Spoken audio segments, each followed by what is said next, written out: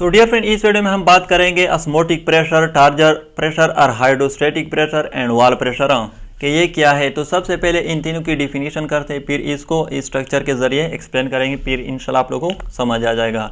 तो सबसे पहले ऑस्मोटिक प्रेशर क्या है। The maximum pressure develop in a solution when the solution is separated from its pure solvent by a semi permeable membrane. यानी कि वो प्रेशर जो सॉल्यूशन में डिवेलप हो जाती है, लेकिन जब आप उस सॉल्यूशन को इसके प्योर सॉल्वेंट से सेमी परमिएबल मेम्ब्रेन के जरिए सेपरेट करें, तो उस प्रेशर को हम ऑस्मोटिक प्रेशर कहते हैं। सेकंड वन जो है टार्जर प्रेशर और हाइड्रोस्टेटिक प्रेशर और प्रेशर पोटेंशियल। अब ये क्या है, the pressure which is develop by the cytoplasm on the cell wall, यानी कि वो प्रेशर जो साइटोप्लाज्म सेल वॉल पर एग्जर्ट करती है।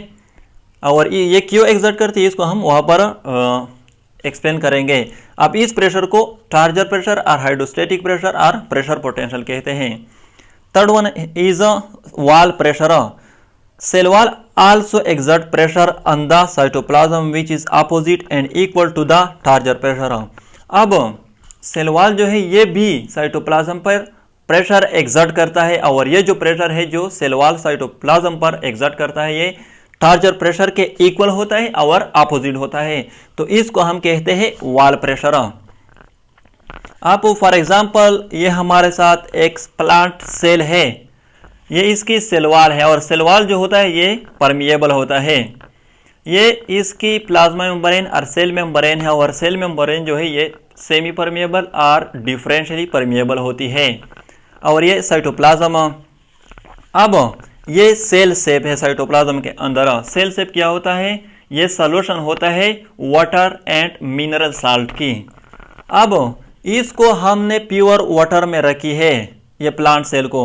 जब हमने इसको प्योर वाटर में रखी तो जो प्योर वाटर है ये डिफ्यूज हो जाएंगे इस सेमी परमिएबल मेम्ब्रेन यानी कि प्लाज्मा मेम्ब्रेन के थ्रू इस सेल शेप में यानी कि सॉल्यूशन में।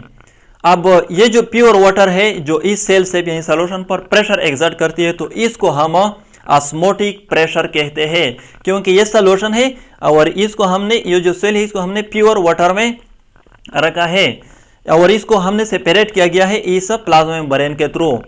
और यहाँ पर भी हमने इस तरह कहा था कि यानी कि वो प्रेशर जो सॉल्यूशन में डिवेलप हो जाते हैं, लेकिन जब हम उस सॉल्यूशन को इसके प्योर सॉल्वेंट से सेमी परमिएबल मेम्ब्रेन के थ्रू सेपरेट करें, अब इस प्रेशर को क्या कहते हैं, इसको ऑस्मोटिक प्रेशर कहते हैं। अब जब ये वाटर इस सेल शेप यानी साइटोप्लाज्म में इंटर हो जाएंगे, तो वहां पर जो सेल शेप है सॉल्यूशन इसकी वॉल्यूम इंक्रीज हो जाएगी। जब इसकी वॉल्यूम इंक्रीज हो जाएगी तो फिर साइटोप्लाज्म जो है ये सेल मेम्ब्रेन पर प्रेशर एग्जर्ट करेगी, और ये सेल मेम्ब्रेन फिर प्रेशर एग्जर्ट करेगी सेल वॉल पर, और इस प्रेशर को जो साइटोप्लाज्म ने सेल मेम्ब्रेन पर एग्जर्ट किया और सेल मेम्ब्रेन ने फिर सेल वॉल पर एग्जर्ट किया, इसको हम कहते हैं टार्जर प्रेशर और हाइड्रोस्टेटिक प्रेशर और प्रेशर पोटेंशियल। लेकिन ये जो डिफ्यूजन है वाटर का इस सेल के अंदर, ये तो कंटिन्यूअसली होता है, तो फिर ये सेल जो है ये रप्चर क्यों नहीं हो जाती, बर्स्ट क्यों नहीं हो जाती।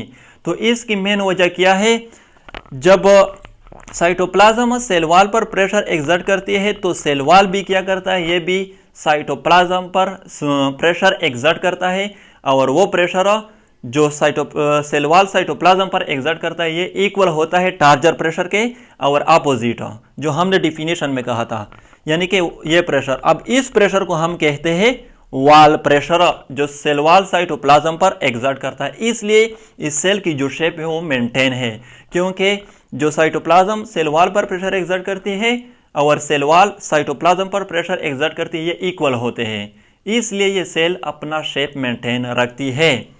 लेकिन ये जो प्लांट सेल होती है ये हाइपरटोनिक कंडीशन में भी रह सकती है, सर्वाइव कर सकती है, हाइपोटोनिक कंडीशन में भी सर्वाइव कर सकती है। और जो एनिमल सेल होती है वो सिर्फ आइसोटोनिक और ऑलमोस्ट आइसोटोनिक कंडीशन में सर्वाइव कर सकती है। हाइपरटोनिक और हाइपोटोनिक कंडीशन में फिर वो बर्स्ट हो जाती है, रप्चर हो जाती है एनिमल सेल। इसकी मेन वजह क्या है कि जो प्लांट सेल है इसमें सेल वॉल होती है, जो वॉल प्रेशर एक्सर्ट करती है टार्जर प्रेशर के मुकाबले में। और जो एनिमल सेल होती है वहाँ पर सेल वॉल मौजूद नहीं होती, तो वहाँ पर जो साइटोप्लाज्म सेल मेम्ब्रेन पर प्रेशर एक्सर्ट करती है तो फिर ये सेल मेम्ब्रेन बर्स्ट हो जाती है, यानी कि टार्जर प्रेशर के अपोजिट कोई ऐसा फोर्स मौजूद नहीं होता एनिमल सेल में जो इस टार्जर प्रेशर को मेंटेन कर सके, यानी इसको रोक सके। तो इसलिए एनिमल सेल जो है वो बर्स्ट हो जाती है, रप्चर हो जाती है, और प्लांट सेल जो है ये अपने आप को सर्वाइव कर सकती है हाइपरटोनिक एंड हाइपोटोनिक कंडीशन में। तो इसके बाद